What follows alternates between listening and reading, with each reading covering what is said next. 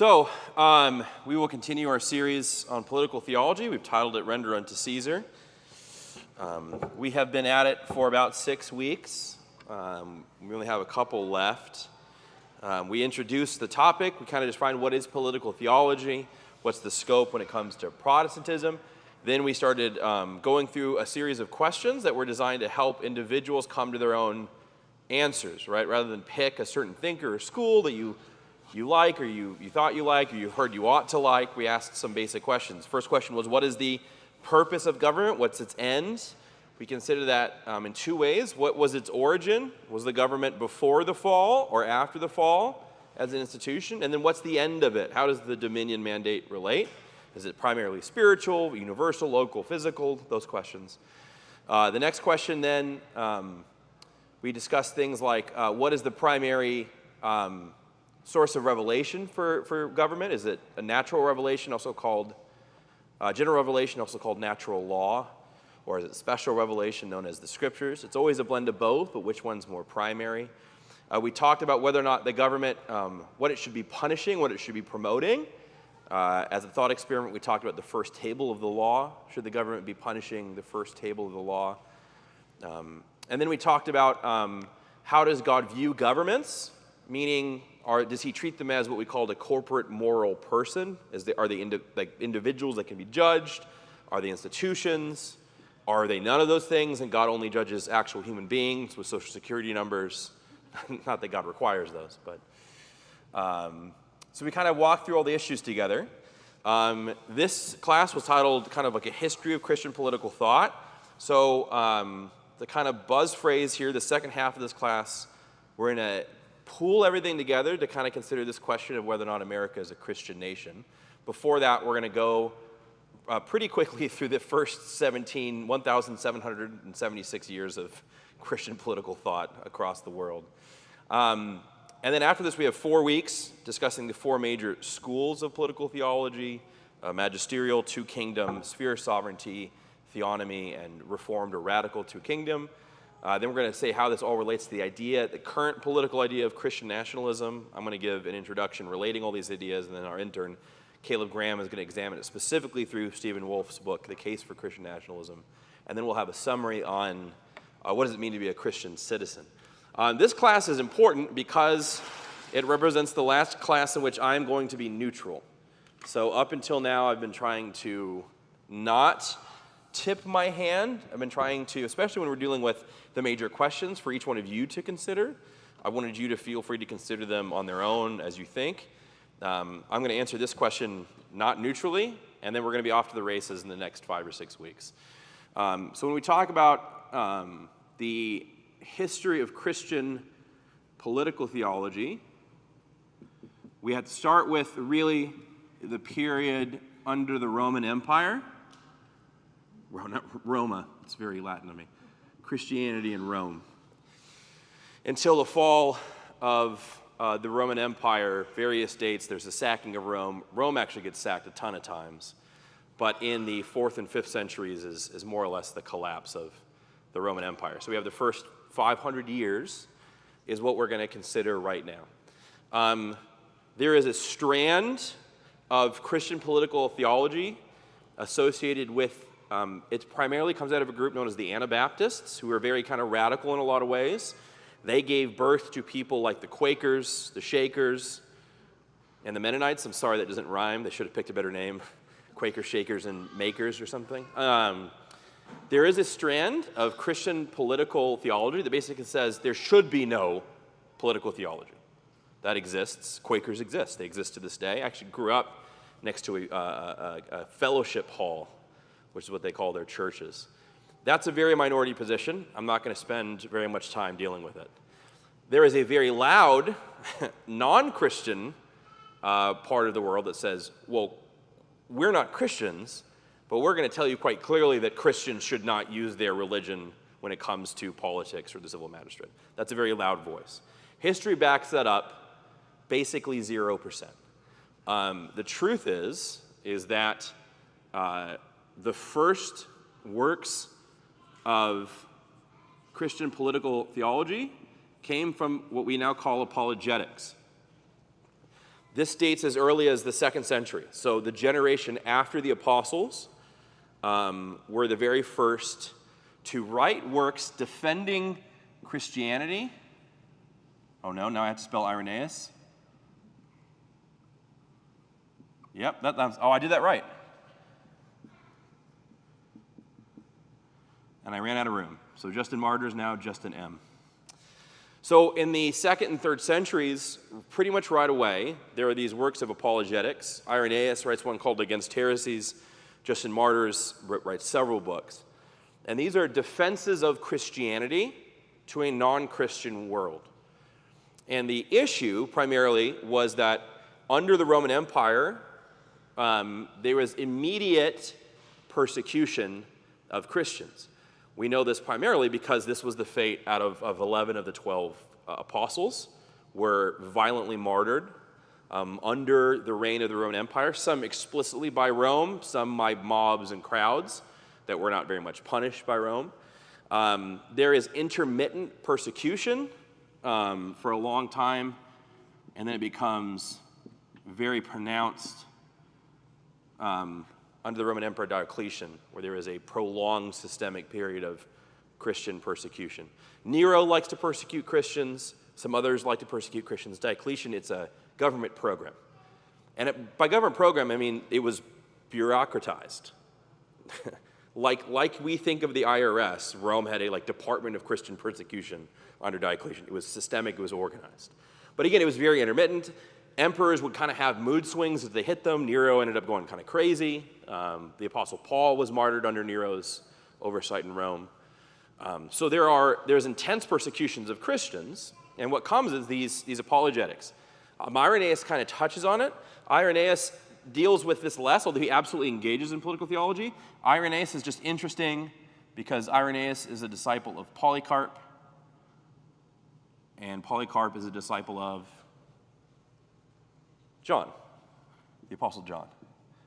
So we see a very direct connection here. So this is how quickly we see the development of Christian political theology. And specifically, Justin Martyr talks about it a lot. Justin Martyr's apologetic is at first seemingly simple, and this is the early developments. These are things we've already touched on in the class. So at first, Justin Martyr asserts that Christians have a duty to honor, as much as they can, submit to, and pray for the emperor. And that's Justin Martyr's defense of Christianity to the Roman world. You should not be killing us. First reason, because we're the best citizens you have. No one else is beseeching the God of the universe on your behalf. Furthermore, we obey the laws. We don't get divorced. We don't abandon our children. We don't engage in crime. We pay our taxes. So this is a big part of Justin Martyr's apologetic. We're actually good citizens, but that is a work of political theology, right? Because Justin Martyr is not only saying that to Rome, but he's presenting it as Christian dogma, right? That Christians ought to be engaged in good citizens. Interestingly, though, Justin Martyr also introduces the idea that Christians do have a duty and a responsibility to criticize the government, because even as Justin Martyr is telling Rome, please stop killing us, we're your best citizens, he does say, it's wrong for you to be killing us. You really ought not to be doing this. He says this is unjust. And he appeals for the very first time to what we would call natural law. And so Justin Martyr says, it is an evident truth to everyone that what you're doing is wrong, right? We're saying you're wrong because God told us this wrong, murder, but you know, or Justin Martyr says, you know as pagans that what you're doing to us is unjust. You're not following your own rules. You're not following due process. So we have, in the 1st, 2nd century, right off the bat, you have two big ideas, right? Is that there is such a thing as a Christian citizen, which is to say that there is political theology, and that there is a magisterial role for Christians in the church. Magister is the Latin word meaning master or teacher. And so he's saying that, no, as Christians, even though you're a kind of a godless people, we still are allowed to kind of tell you that what you're doing is wrong. And that kind of continues unabated. The next, and I kind of made these the same, huge work. Well, there's a big debate that breaks out, I should say. And the debate is actually, I'm going to change my notes, is over the Emperor Constantine. So we're going to flash forward a couple hundred years now. Constantine, question mark? He was a real guy. That's not the question. So in the days of Constantine, the empire has been divided now into 4 parts because they've said, history kind of proved him right, that the empire was too big to be governed as one people now. Like a quarter of the world's population was living and dying under the reign of the Roman Empire. And the argument was, we simply can't run this. And so he divides it up. And of course, the 4 emperors immediately decide, well, we're going to kill each other and fight to take over. And none of them are Christians at this time, right? They're all fighting. Eventually, Constantine is about to have a big battle called the Battle of Milvian Bridge. That's an N, if it matters. He goes to sleep and he says he has a dream. And in that dream, he sees a symbol. And he's told that if he bears that symbol, then he would conquer and become the new emperor. That symbol is the Chi-Rho. It was one of the first symbols of Christianity. The cross took about 300 years to kind of become the mainstream symbol of Christianity. The Chi-Rho is still really heavily used this time. It's just the first 2 letters of Christ's name in the Greek alphabet.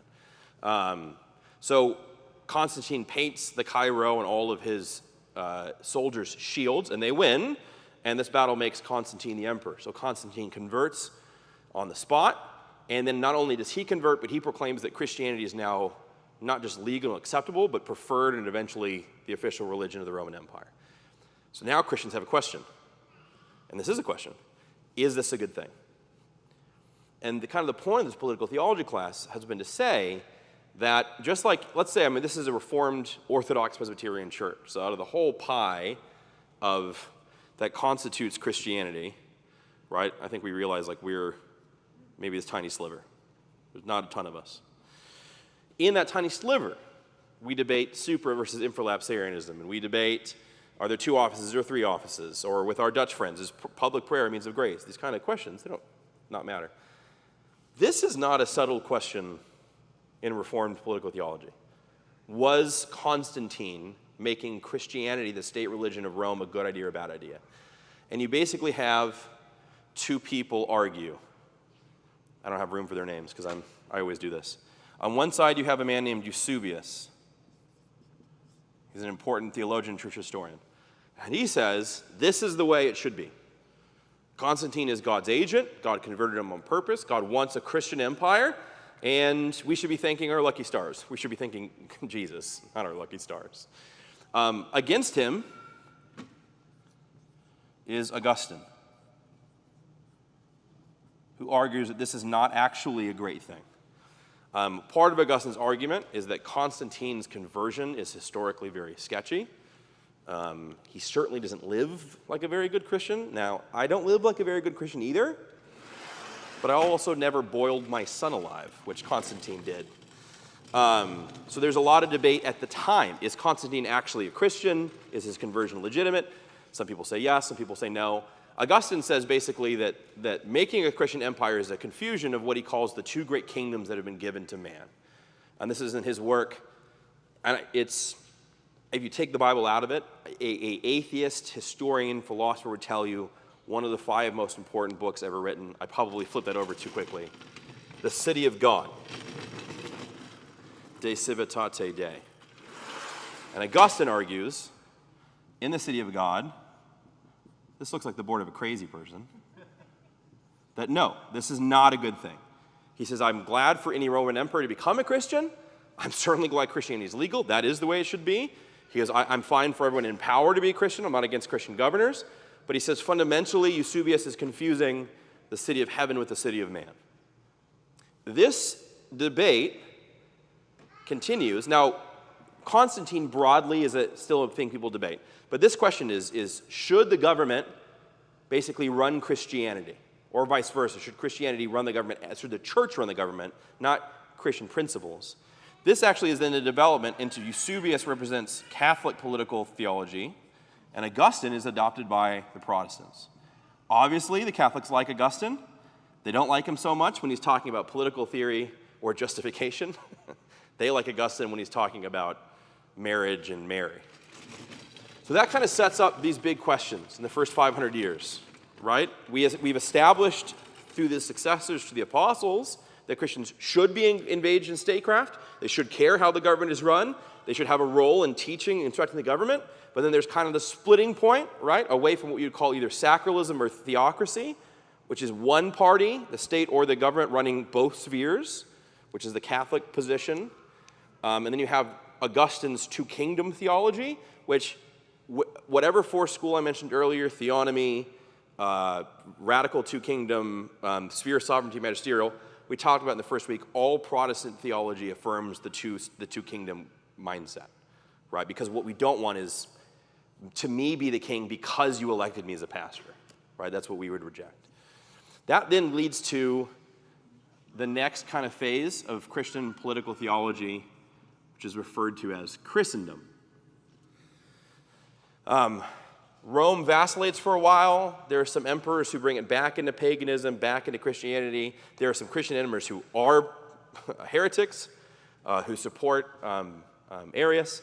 But eventually, we know, even as Rome falls, the kingdoms of the West become Christian. And so from about 500 to about the end of, we'll just do this. We'll call it 500 to about 1492 is usually the dates for Christendom, because after this, you then what's called the Enlightenment or the Reformation or the Age of Exploration. But 1492, or the Modern Age, actually. A lot of time this is just called the Modern Age. And now with postmodernism is post that period. So before that is pre-modern or classical. So Christendom is around this period.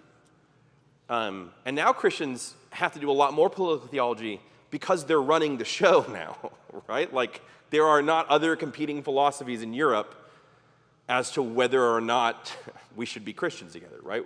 We agree we're all Christians. One of the things that happens, it's a really important historical development, is a king named Charlemagne. I say that there's no arguments, but actually, there is a problem for Christendom, and the problem for Christendom is his grandfather versus a big problem here is Islam. And that actually defines a lot of political theology during Christendom, because right around here is when we have the advent and expansion of Islam. First is this kind of tribal little religion, and then eventually there's this increasing political force. So the City of God is written in part because there's this big debate of when Rome falls is whose fault was it? And the opinion of a lot of Romans is that it's the Christians' fault that Rome fell, right? We've dishonored Jupiter and Ares, and they're mad at us, and so, if we just had gotten rid of these Christians. So part of what Augustine is saying is like, that's absurd. That's not what happened. And generally, Europe kind of accepts that. No, Christianity is a good thing. That's not why Christian becomes Europe. But then there is a period of a lot of conflict and war. Historians call this the Dark Ages. I'm here to tell you that is a stupid name. Don't call it the Dark Ages. We've actually more or less stopped calling it the Dark Ages. Because things that were invented in the Dark Ages were like machines and Oxford University and complex agriculture. It's actually a period of a lot of scientific advancement. The problem is, basically, the population of Europe plummets after the decline of the Roman Empire. It's not because people got stupid. It's not because Christians are anti-science.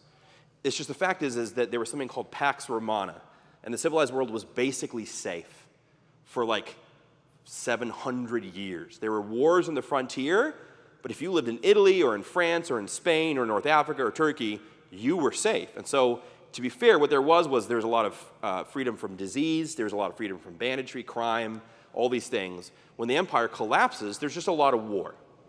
That's really what happens. And so we don't have as much time to be building giant statues because we're just trying to keep the Gauls away from our gates. And so that is a big concern in early medieval Christian political philosophy. Is like, well, if we were right, then why is everything awful? Right? Like, this is the question of a lot of the monks in the British Isles. Like, we're getting hit. What's starting to happen here is the Vikings are starting to show up, and they're sacking churches, killing Christians. And so a really big development in political philosophy was a guy named Charlemagne. who basically conquers a pretty big portion of the Roman Empire. And he reestablishes a Christian kingdom. And everyone's like, this is great. Finally, there's some peace and some safety. We have some order back. And so the Pope shows up, kind of unexpectedly, one of the Pope Gregory's, I believe, and crowns Charlemagne. He calls him the Holy Roman Emperor. And it's seen as this reestablishment of Rome, but now it's a Christian one. It's a Holy Roman Empire. And if you know your history, that's where that phrase comes from, right? And, classically, the Holy Empire was neither holy, no Roman, nor an empire, but that's okay. That's not what's important. Charlemagne, an interesting figure. Here's what's really important in all this. This guy. It is a masterstroke by the Pope at this moment of Charlemagne's conquest to kind of step in and basically take credit in a sense. And so when the Pope crowns Charlemagne, he begins basically 700 unbroken years of the Pope being the higher authority in European political affairs than kings. You had to be crowned by the king by the Pope if you were going to be a king, right? And so this really builds through this idea that fundamentally that there is ecclesiastical. It's kind of going back to that Augustine-Eusebius fight. There is this tension between ecclesiastical and civil authority. And the Pope in Rome, the Bishop of Rome, starts to assert from Charlemagne on that he has the right to make kings, to remove kings, all these problems. Most of kind of like the beginning of modern European history that we're really, really familiar with, two big moments are Henry VIII and Napoleon, both of whom their lives are almost defined by their rejection of the Pope, right? So Henry VIII famously wants to get an annulment to his wife, Catherine of Aragon. She was a lot older than him. She'd also been married to his brother. The Old Testament talks about not marrying your brother's wife, right? It's considered incestuous, and so without the Levirate marriage institution to provide. So that's not why I'm sitting in judgment on Henry VIII. We don't all think that's why he was upset, right? That's not why he was upset. He wanted an heir. The problem is divorce is not allowable. And when we say divorce is not allowable in Catholicism, that's a total misnomer. Divorce is totally allowable. You just have to jump through all these bizarre ecclesiastical hoops to get a divorce. So when Catholicism says they're against divorce, it's a total lie. It's just that you have to jump through their weird hopes. And so what the Roman Catholic Church will do will annul a marriage of two people that have been married for 30 years and have 5 kids. And they go, not divorced though. Right, which is something that Roman Catholicism does a lot. It uses these terms not at all faithfully. So Henry VIII wants to get a divorce. Why doesn't he just abandon this woman? Like, that's what we think nowadays, right? I mean, when was the last time we had a president that wasn't, I guess it was the previous one, the current one, but all of our leaders are divorced, right? Everyone's divorced all the time. Why doesn't Henry, the Pope says, don't you get divorced. Why doesn't Henry go, okay, great idea, and then he just gets divorced? Because this has continued unbroken since Charlemagne, right? There have been many, many kings who the Pope basically says it's not a king anymore. Never with a country as big and powerful as England, but that's happened a lot, right? Where the Pope basically said, I'm in charge. So Henry was worried, right, that if he just disregarded the Pope, then maybe his citizens would rise up, right? That's kind of the break of this Catholic political system. To be fair, it is still the established dogma of the Roman Catholic Church, that because the Bishop of Rome is the supreme pontiff and the vicar of Christ on earth, that he is not a head over every church authority, but he is the head of every worldly authority, right? And even nations ought to. This is now an idea that the Roman Catholics call integralism. And I think to Christians in America, no. This seems appealing because so much of Catholic social thought is similar to ours. Abortion, marriage, right to life, sanctity of life, these kind of things. We have a lot of things in common. But Catholic integralism is always leading up to this idea that at the very end of the day, the Pope is the supreme authority on earth. This is the main question in the Middle Ages, right? The question now is one of authority. We talked about that in our class, right? How does God judge a nation as a moral authority? And where do they get their moral authority from? Right? Is it special revelation or is it general revelation? This power is ultimately broken by Napoleon. There's a very famous painting. I think it's a pretty cool painting. But famously, when Napoleon becomes the Emperor of France, all of his advisors, Talleyrand, all these people go, well, you need the Pope, because the Pope is the one who makes people kings. And, Napoleon is this Corsican peasant that has now decided he's the Emperor of France with a whiff of grape shot. And so they haul the Pope in all the way from Italy. And there's this famous moment when Napoleon's decked out and the Pope goes to put the crown on Napoleon's head, and extremely intentionally, and some people think this is actually why Napoleon invited the Pope, Napoleon rips the crown out of the Pope's hands and put it on himself. And that's basically kind of the end of this idea that popes can crown kings. After that, because Napoleon was master of Europe, no one ever really cared again. But this was the main debate in Christendom, right, is who is really authority? Do you have the right, a very important idea going into the next section, do you have the right of resistance? Right? What is the ultimate authority when it comes to government? That obviously becomes very important when we get to the Reformation. Political theology defines the Protestant Reformation more than anyone wants to admit. And actually, without Protestant political theology, the Reformation doesn't work. It actually never gets off the ground. The Reformation, we often date it to 1517 because that's the year that Martin Luther nails the 95 Theses to the church door. But the complaints of the reformers was present way before Martin Luther. You find people you find guys like Anselm and Bernard saying basically exactly what Calvin and Luther say on things like justification and the authority of Scripture. But really, in the 1300s and 1400s, you have people like the Lollards, John Wycliffe, Jan Hus, advocating for basically the same thing that Tyndale and Luther would later advocate for a generation later. What happened to these men, right? If Wycliffe and Huss were arguing the same things as the next generation reformers, Tyndale, who was the father of the English Reformation, and Luther, the father of the Continental Reformation, why aren't Wycliffe and Huss considered like the starters of the Reformation for the same reason that Tyndale and Luther are? Who knows your history? Because they died. It's kind of bleak. They got executed. Why did they get executed? And the answer was political theology, right? As Wycliffe and Huss were arguing against papal authority, against the Catholic view of the sacraments and of grace, so for Scripture's authority, Wycliffe was one of the first people to translate the Bible into English, right? A lot of Tyndale's translation is Wycliffe's translation. That's why we call them the Wycliffe Bible translators, right? But the problem is that when Wycliffe starts arguing these things, the Pope in Rome, or one of his cardinals, calls the King of England and says, you need to hand him over to me so that I can kill him. And they're like, well, yeah, you're in charge. The Pope's in charge of the kings, and sure, we're going to hand him over. And Wycliffe was killed. Now, Huss starts not only saying some stuff about theology, but he starts saying, by the way, actually, the Pope isn't in charge of you. That's not biblical. And Huss directly quotes Augustine. And Huss says, Augustine says that these are different kingdoms, and you don't have to listen to him. So Huss is from what we now call the Czech Republic, and there are some minor lords in the Czech Republic that go, wait a minute, you're telling me politically I don't have to do whatever the Pope says. Now, were those Czech nobles and later German nobles so totally convinced by the beauty of his Protestant political theology that they all agreed? Maybe. Also, maybe they were just sick of paying taxes to Rome, right? But there is a little bit of there's some fighting in the Czech Republic in this time because it's a part of this big Holy Roman Empire. But eventually Huss is caught and killed, right? And so Jan Hus, which is the Czech word for, does anyone know? Goose. Have you ever heard the phrase like cook his goose? That's what that's a reference to, which is kind of dark humor.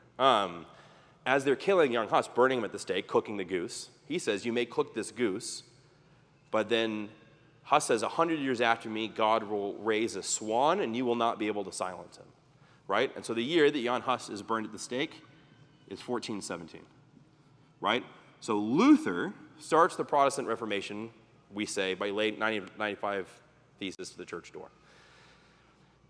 What is the first rallying cry of the Protestant Reformation? What are some ones that we definitely know about? Some of our slogans that we really, really love. Just go ahead and shout them out.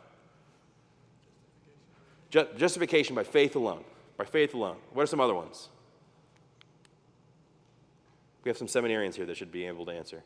Ad fontes, which means to the sources. Post tenebras lux, after darkness there's light. Sola scriptura, right?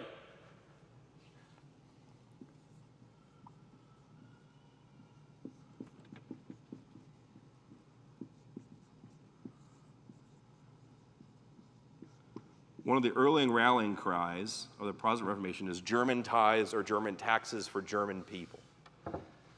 So the proximate cause of Luther's 95 Thesis is the selling of indulgences by indulgence preachers like Johannes Tetzel, right? Who the Catholic Church says, well, because grace is merit, it's a thing that you can receive or give. There's a treasury of merit in heaven that the saints have stored up. And, whatever we say on earth, a really poor understanding of Matthew 18, whatever we say on earth goes. We have access to that treasury of merit, and we'll give you the merit of St. Teresa of Avila, and we'll give you the merit of Mary and of St. John and of St. James and St. Augustine, but you need to give us a little in return. And so the slogan was, a coin in the coffer rings and a soul from purgatory springs. And this was all done to fund the building of St. Peter's Basilica. I'm not telling you what to do if you ever go to Rome. But just my kind of Protestant pride is like, I'm not going there. Like they were stealing Christians' money, right? Threatening them with purgatory if they didn't give to the building of St. Peter's Basilica. Well, there is a chant at the time of Luther, German tithes for German people. It's fundamentally a political question. They have no right to steal this money out of Germany to take it all the way to Italy. That's a political argument, right? And Luther agrees with this. In books like On a Letter to the Christian Nobility, he says, fundamentally, that, you've been put in place to govern, and so people owe you obedience and respect, but you're not necessarily subject to this guy in Rome who wears a pointy hat, right? And so the Reformation now becomes the answer to this resistant question, because now we're asking kind of the goal of, we're getting to this final goal, which is kind of the first question, what is the end of government? Which is, what is the purpose? Telos is our word there. What is government for? That's something it's a hard word. That's something that the Reformers talk about all the time. What is government really for? Is it really just to get money to Rome to build St. Peter's Basilica? Is it to feed the Pope, to feed the priests, to pay for these monasteries? What is the end of government? Why has God instituted it? And the Reformers talk about political theology constantly. Again, it's one of the very first things that Martin Luther writes early in his Reformation is a letter to the Christian nobility. He's dealing with, there's a peasants' rebellion. All these peasants hear Luther saying these things, and they go, we should be able to revolt and kill our lords and take all of their property. And Luther goes, no, what? No, of course not. That's outrageous. But they're not allowed to do whatever they want either. The creation of Protestantism, and this is an idea I want you to go away with, is that fundamentally, the influence of Protestantism on political theology is this extremely important idea called ordered liberty. And you can see how this relates to these questions. Yes, fundamentally, government is to be there, not to give you rights, not to control your life. God has given you rights, and government is there to protect them by promoting what's good and by punishing what's evil. This is all in Calvin. And so it's called ordered liberty. Yes, there is liberty, there you have rights, there's freedom, but it's ordered. It's not carte blanche. You can't just kill the nobles because you don't like them, right? Nor is it the top-down answer of medieval Christendom. Protestantism comes up with this idea called ordered liberty, right? And ordered liberty is what founds America. So, I need to erase this to prove my point, but there is only one answer to this question, and it's yes. America is founded on the idea of ordered liberty. This is a phrase that shows up in the 17th century, that early, in writings in colonies like Virginia and in Massachusetts, right? They explicitly talk about ordered liberty. They talk about Augustine, and they reference, because there's also a lot of Huguenots, especially now in South Carolina and North Carolina, they make explicit references in South Carolina to John Calvin, because there are a lot of French Protestants, Calvinists, who were heirs. That's where John Calvin is from. I've already gone a little bit over on the answer to this question. Before I get there, is there any questions about 1,500 years of Christian history in 30 minutes? And if there's not, that's okay. It gets hard to ask questions when I shove that much into a small area. But any questions about any of these big things we touched on? No. Oh, Tim. Could you elaborate on Augustine and the two cities? That seems to be a little consistent in my mind. So Augustine, what Augustine is talking about at greater length is Romans, look at I'm stealing that, 13. Carries a lot of weight in Augustine's political thought. And what he points out is that there's two people in the Bible that are called ministers. And those two people are pastors and elders, are called ministers of God on your behalf. But then also the civil magistrate, the emperor, the king, the ruler. And both of them are called ministers or servants. And so what Augustine unpacks, though, is that the minister of God's common kingdom, civil kingdom, earthly kingdom, has been giving certain things. Romans 13 says the sword. And Calvin points out that New Testament ministers, when you think of pastors and elders, are not given a sword, right? And so when Jesus wants the church to resolve its disputes in Matthew 18, he does not say, and this is why I gave pastors the sword, so they can cut the heads off of those Christians that don't listen to them. No. Clearly, right, church authority does not have what we would call punitive authority, right? It cannot be coercive and it cannot be punitive. It doesn't have the sword or the rod. What it does have is spiritual authority. Matthew 18, what you bind on earth, I will bind in heaven. So that's not less authority. In some ways, it's more authority, but it's spiritual. We call it spiritual and declarative, is the church's authority, Augustine points out. And he's very biblically. This is part of the reason the Reformers quoted Augustine so much, is because Augustine's arguments are always coming from Scripture itself, right? Whereas you have other people already by this time kind of just saying, well, God told me, don't worry about it. Or, a Pope 100 years ago said it, and that's why it's true. Augustine's arguing this from the Scripture. So he's saying in this spiritual kingdom, which is the church, the visible kingdom of heaven, there are ministers who govern in it, but their authority is spiritual and declarative. They say what's right and wrong, and they can bind it on your conscience spiritually. And then there's also civil ministers, the civil magistrate, who can tell you what's right and wrong morally as we relate to each other, and they are allowed to kill you. Right? They're allowed to bear a sword, right? And so that's always been, ever since then, the kind of deeper Protestant conception that as we're built to glorify God and live in His kingdom, the church is meant to do that for our spirit, and the civil magistrate is meant to do that for our shared physical world. Deb.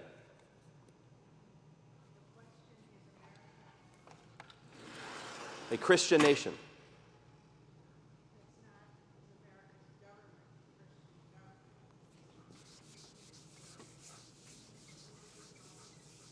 Yes. So, great question, and a perfect setup for me addressing it now. We have to define our terms. Always define your terms. What do we mean when we say America? What do we mean when we say Christian? And what do we mean when we say nation? Well, we talked about this at length last week, because this is very important. The Bible uses the word nation at great length. Primarily, not only or always, but primarily, when the Bible uses the word nation, it's referring to what we would now call an ethnos, a group of people. And the closest modern parallel to the way the Bible uses the nation is the way that in America we now call the Navajo Nation or the Cherokee Nation, right? So is the Navajo Nation a body politic? Well, yeah, kind of, right? They're kind of separate from America in some ways, separate or not. But what makes a Navajo Nation, someone a member of the Navajo Nation? And it's because they are Navajo, which is a thing. And I forget, if anyone can remind me, what I think it's 1/16th is the minimum right now. Way more than Elizabeth Warren. That's an old joke. I'm really up to date in my political references. Makes you remember the nation. So, when a lot of times the book of Psalms talks about the nations arrayed against Israel, it's talking about the Jebusites and the Canaanites and the Amalekites. Well, these are ethnos. These are groups of people united by a common heritage. In a lot of ways, Israel is considered this nation, right? And they have these physical markers, cultural markers. Now, obviously, Israel is unique, right? And this is kind of Paul's point in Romans, is that you only ever thought of Israel as an ethnic nation. That was always wrong, right? The descendants of Abraham, Israel was truly fundamentally a church, right? It was a nation of faith because there were laws in Leviticus for non-Israeli people becoming in the line of Christ, who is the king of Israel. We have multiple non-Jewish, non-Hebrew people, Rahab and Ruth primarily. David's mighty men, none of them are Hebrews.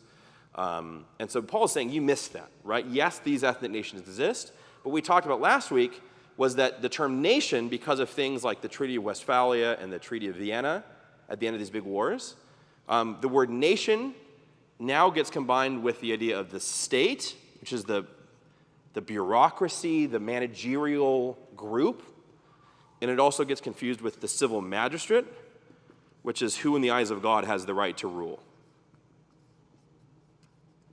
And so now, in modern world political theory, the nation has become something called the nation state. And we've kind of shoved them all together. And whether or not you think that's good or bad is not the subject of this class. It's just where we are now, right? The Kurds are maybe kind of one of the last non-native American groups that we think of as the Kurdish nation, who are mostly in Iraq, but are in some other areas as well. So when we say nation, right, we are going to use all of these. Because that's the world we live in. Right? We're trying to be good citizens right now. Right? So to Deb's question, when we say, was America a Christian nation? Does that mean the people? Does that mean the rulers? Does that mean the laws? All three of those is what we're asking right now. Right?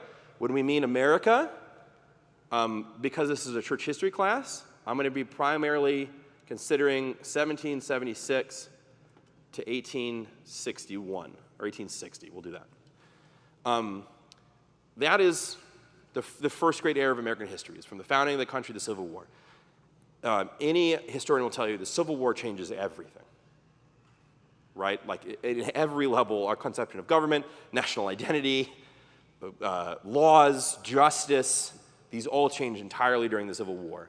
And then from 1865 forward, we kind of have our now experiment, right? Our kind of now situation.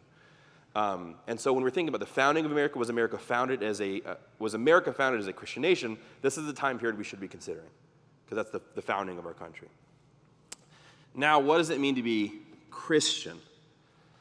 And that's really the question that we have to pack into. I'm going to have to erase this one. So see you later, Eusebius and Constantine and Irenaeus. So there are so many books that have been written about this. There has been a lot of ink spilled. There's 50 different books I could recommend to you. A book that I would personally very, very highly recommend to you on this issue, and I will be very upfront, is because for each one of these classes, basically, I've read a different book. I think I've been telling you pretty much every week what book I read. This one is a book that came out very recently that I think is it's one of the best books of history I've read in a very long time. It's called Religion and Republic. It's written by Miles Smith. He is a Reformed Anglican, and he is a professor at Hillsdale College, which is a pretty conservative-leaning institution. He's a professor of history and religion, and I think he makes this argument wow, that looks like a Dalmatian, very persuasively.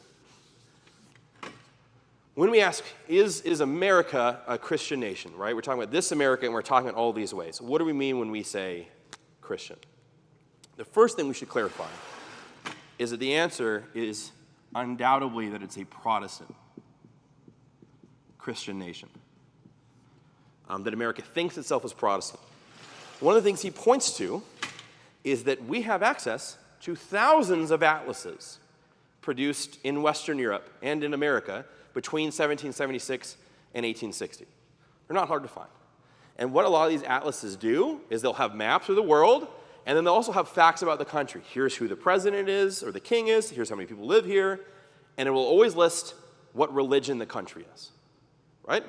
And in every atlas we've ever found between 1776 and 1860, everyone in the world and in this country listed America as Protestant. Not undecided, not vaguely Christian. Sometimes they would say multiple. So like Germany, there's a kind of a famous atlas from 1824 in American history where it's German, it says religion, it says multiple. And what they meant was Catholic and Protestant, right? Germany was like, well, they wouldn't have called it Germany back then, but they're talking about these different states.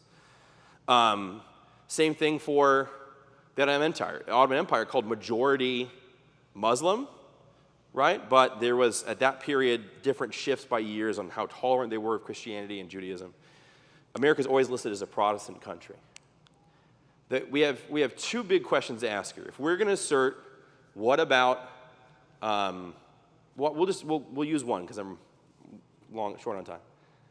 If we're going to assert America is a Christian nation, which I want you to believe and to assert, that's kind of the point here, is what is the immediate pushback that you're going to receive? The separation of church and state. Yeah, I'll use that as the headline. Separation, that's what it's called. So no, how can you possibly say that America is a Christian nation if America was founded on the principle of the separation of church and state?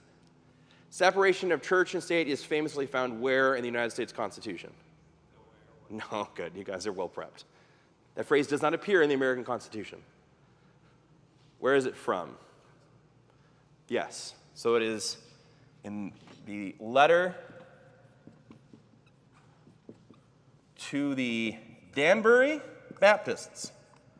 It's always Baptists' fault. I'm kidding. Thomas Jefferson. Now, the Baptists are which feels very weird living in Arizona, a very small minority by 1787. They are greatly outclassed. By far, the two biggest religious groups in America at the 1787 in the Constitution are the broadly Reformed, we're going to say Dutch Reformed, but primarily Presbyterians, and Episcopalians. And those two groups are the dominant religious groups in this country. Baptists are a very small minority. Methodism also far outclasses, because there was a big Methodist movement right before this in the Great Awakening. And so the Baptists are writing Thomas Jefferson saying, what are we going to do? Are the Baptists going to get run out of this country? And Thomas Jefferson promises that the United States Constitution erects a wall of separation between the church and the state, right? The problem is that Thomas Jefferson was wrong. Fundamentally, philosophically wrong. And this is what this book, I think, points out at great length. This was a private letter between two people, and had this letter been widely known when he wrote it, it could have very well been the death of Jefferson's political career, right? This was an extreme minority position because Thomas Jefferson, wow, brilliant, like unimaginably smart, and had some other good ideas. He wasn't like just a bad idea man. Was a very committed skeptic, which was pretty rare at the time. Jefferson famously wrote his own version of the Bible. He called it the Life and Sayings of Jesus of Nazareth. But basically what he did is he wrote a Bible and he ripped out every act of miracle that Jesus performed. And he wrote to his family, right, that you should be deeply skeptical of any came of the miraculous, and that no thinking person would affirm the miracles in the Bible, including the resurrection of Jesus Christ. So Thomas Jefferson is a devoted opponent of the claims of the Bible. Now, he's not an opponent of Christianity. There are many, many quotes from Thomas Jefferson about the privileged place that he thinks Christianity does and should hold in the United States of America. I totally forgot. I wrote down some of these quotes, if you forgive me. I don't have a Jefferson one. You have John Adams, probably a pretty well-known quote.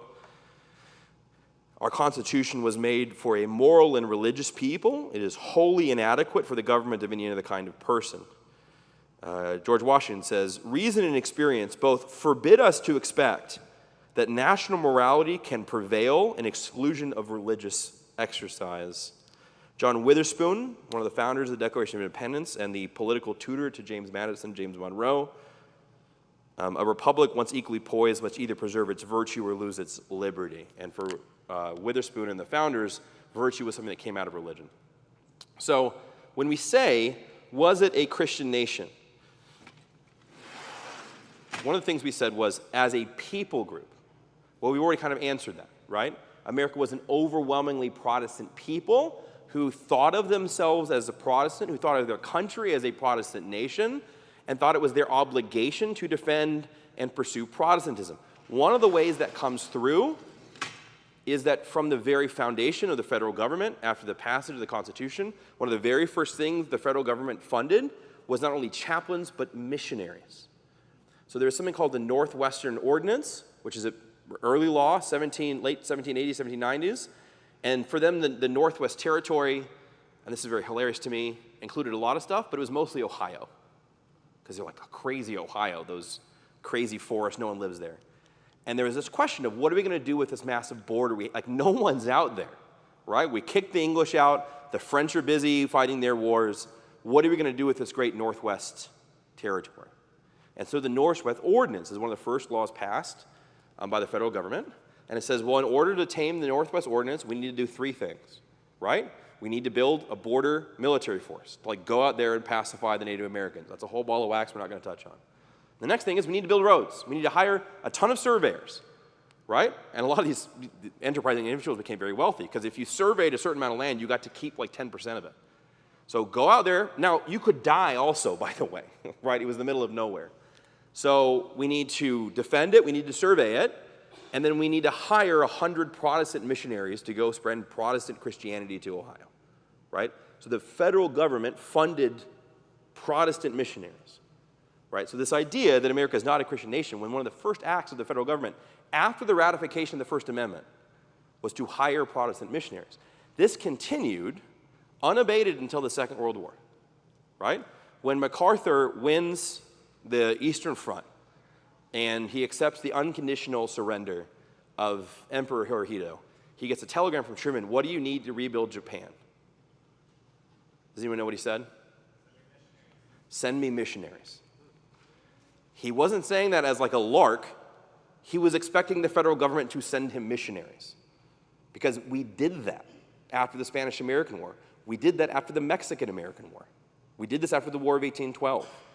Right? We would win new territory, and then we would fund Protestant missionaries to go to that country to spread what we believed was our national religion, our national piety. What about laws? There's a really interesting thing that happens that Jefferson's very upset about in 1810. I forget the name of it. Should have written it down in my notes. So the United States Postal Service has existed in some regards from before the country. Right? We're a colony. How are we going to communicate with each other? But what was really interesting about things like the Postal Service and firefighters is they were private businesses. There was no government post service. There was no government fire service. Just a whole ball of wax. If you're a libertarian, you really like this. And so America, by the way, fire services were still private for through the Civil War, which is just crazy to think about. Hey, what fire service did you work with? Did you call Costco Fire? Or are you with Sam Club Fire? You have Cricket Fire? You would have a different service, right? The Postal Service is working this way, and it's a disaster. It just doesn't work. It's a huge problem. And so what there is pretty quickly the invention of the United States Postal Service. Most of the private postal services in all the countries weren't allowed to work on the Sabbath, but some were, right? Specifically in parts of the country where the Sabbatarianism was downplayed, like the South, Methodism doesn't have a high view of the Sabbath. But in places like Congregationalist and Puritan New England and Pennsylvania, they weren't allowed to travel on Sunday. So when they found the United States Postal Service, one of their first questions is, which way is it going to go? And the initial decision of the federal government is actually that we're going to allow them to deliver the mail on Sunday. And so in 1810, a letter is circulated by over 1,000 clerics, pastors, leaders, Methodists, Presbyterians, Lutheran, Anglicans. They don't ask the Catholics because it's a very anti-Catholic time period. And all of them sign a petition together demanding that the federal government ban mail passage on Sunday. And so a law is passed that the United States Postal Service is not allowed to deliver mail on Sunday because it's the Christian Sabbath, right? So from the very beginning, the people thought of themselves as Protestant. They made some Protestant laws. And when we think about this separation of church and state, what we have is the First Amendment, what's called the Anti-Establishment Clause. The federal government shall make no laws establishing, choosing, making laws regarding the exercise of religion. Then it goes on to speech and assembly and petition. Of course, when the First Amendment was ratified, 11 out of the 13 states had official state religions, right? And none of them stopped doing that when the Constitution was ratified. Because the understanding of the Constitution is, who does the Constitution apply to? The federal government. So this was very much a move against establishing a federal state church. Now that is an important development because there were Protestant state churches. The Church of England, which is where we get Anglicans from, is a Protestant state church. Actually, every European Protestant country had a state church. The Church of Scotland was a very Reformed Presbyterian state church. There is to this day a Church of Sweden, and a Church of Denmark, and a Church of England. And so this was a pretty big development in American, and the same thing happened to the American Westminster Standards as they were revised the same year the Constitution was written. That's why Witherspoon wasn't at the Constitutional Convention, because he was at the General Assembly of the Presbyterian Church. And they also modified the Westminster Standards to remove the idea that civil magistrate has to interfere in matters of religion by suppressing heresy.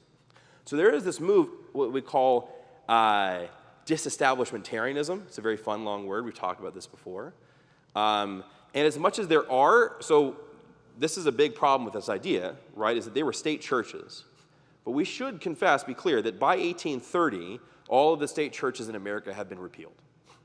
Right? So by 1830 or 1833, there are no state churches left in the country. But what's really interesting, the last state to repeal their state church, and this is hilarious to me. Any guesses? No, because 1833, so before either of those. Massachusetts. Massachusetts, right? That famous hotbed of Christianity. Massachusetts is the last church to repeal its state church, which was Congregationalism, which was explicitly reformed. That's John Owen, John Edwards. But in the law that's repealing the Congregationalist church as the state church of Massachusetts, it said, this should be construed in no way as a removal of this fine religion from the public spheres or the laws of its peoples. That's amazing, right? As they are repealing the state church of Massachusetts, the Massachusetts lawmakers are like, we want to make it really clear that in doing this, we are no way saying that religion should stop having an impact on this people or on its laws. We just no longer think it's wise to pick a single church to govern us or to rule us, right? And so when you go down to the idea that the civil magistrate has to be Christian, right? It was not until the 1850s or 1860s that it was legal to run for public office in the original 13 colonies if you were a Roman Catholic, right? Which is why Kennedy being a Roman Catholic in 1959 is a huge deal. We talked about this before, but the history of the Orthodox Presbyterian Church, every once in a while, we will write a letter to the civil magistrate. It's this heir all the way back to Justin Martyr, right? We have a right to tell the government when we think they're messing up. And there have been some very big moments we did that. One of them was Roe versus Wade. There was a letter that went, this is outrageous, this is abominable, this is bad. Another one was when women were allowed in combat. This is abominable, this is bad. Another one is in 1950 when the first Roman Catholic was appointed to a cabinet post in the United States of America. And we're like, well, that's obviously awful, right? So both in its national identity, in its rulers, and in its laws, right? The early American Republic was a fundamentally Protestant nation. What I'm going to argue is not only should that continue to be the case, but it should continue to be the case in the way that it was in those years. Not that they were perfect and they got everything right. There were a couple big laws I'm really glad they changed. But the way in which America was a Christian nation was through something Miles Smith calls very convincingly a dominant Protestant social order. And that America was run according to this Protestant social order. And that meant we had three things. We had a Protestant people having a Protestant conception of laws, even if not enforcing Protestantism or Protestant theology broadly, but a Protestant conception of laws by a Protestant people governed under Protestant ends, right? So what that means was America was still very anti-establishmentarian, right? And even if there are state churches, those state churches quickly fall out of vogue because the people who were arguing against state churches were often the most reformed people around, right? Because they were arguing, right, that to make a state church is to fall back into the error of medieval Christendom. Even if it's if the OPC becomes the State Church of Arizona, the argument of a lot of the American Reformed theologians, Charles Hodge, James Henley Thornwell, R.L. Dabney, is that you're falling back into this trap. And this, conflating a state church, which means starting to conflate the authority, again, not that the government, we're not saying the government shouldn't make Christian laws, that's absurd. We're not saying that Christians shouldn't run it, It shouldn't be run according to Christian ideals. No one in the early republic is saying that. They would have thought that's insane. What they're saying is if there is an establishment or enforcement, their argument, which I find fairly convincing, is that that gets in the way of a genuine Protestant social order. And that this is fundamentally the more effective way to govern a nation is by having a uniform social order rather than an established church. And in that Protestant social order, then the free people, according to their own desires over time, make laws that affect their people, their government, and their leaders. I'm going to argue, starting next week, that this is fundamentally the position known as magisterial two kingdoms, which is going to argue that we ought to be a Christian people with Christian laws for Christian ends. But that ought not to happen through what we call establishmentarianism, right? So that's why it's called magisterial. So the church, Christians are saying, Christian laws, Christian principles. This position is going to be both natural law and special revelation. It's going to say these two things together. We're going to apply them. We're going to make ourselves a Christian people. We're going to have Christian influenced laws. But we're not going to have a mandating of our theology or process because that's going to get in the way of building this order. The way that we build, seriously, I'm like a crazy person over here. The way that we build a Protestant social order is not through establishing Protestant theology or churches through law, but through building Protestant institutions. Because institutions are much more effective agents of building a social order than laws. Not that laws can't do that, by the way. No one's saying that laws don't work. They do. But the most biblical, faithful, and successful way to build a Protestant social order is to have Christian-inspired laws. We can reference the Bible. We ought to reference the Bible. But rather than enforcing that system, we're going to have a government that is broadly non-establishmentarian, broadly Christian, right, in its focus and its goals and its laws, but that allows Christian institutions to flourish so that they can create a Protestant social order.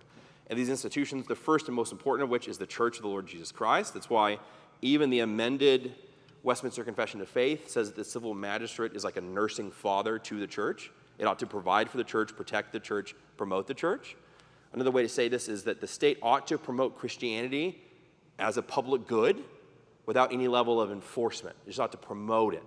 So you establish the church, you establish some schools, and you support the family. You see echoes of this in sphere sovereignty, which we'll get to as well. And by the proof that we believe this, by the way, according to people in America today, what's the best university in this country? Harvard. And if it's not Harvard, it's what? Don't say Yale, because Yale doesn't work for my purposes right now. Princeton. Who founded Harvard and Princeton? We did. These were Reformed Presbyterian colleges run by Presbyterians. Do you know who was the headmaster of Harvard University? Jonathan Edwards ran Harvard University. Do you know who ran Princeton University? Charles Hodge, A.A. Hodge, B.B. Warfield. Like, these are Presbyterian Reformed institutions, the greatest universities in the land. We started them. And it's built out of the social order. Okay, I went long. I apologize. Questions? Doug Whitehead.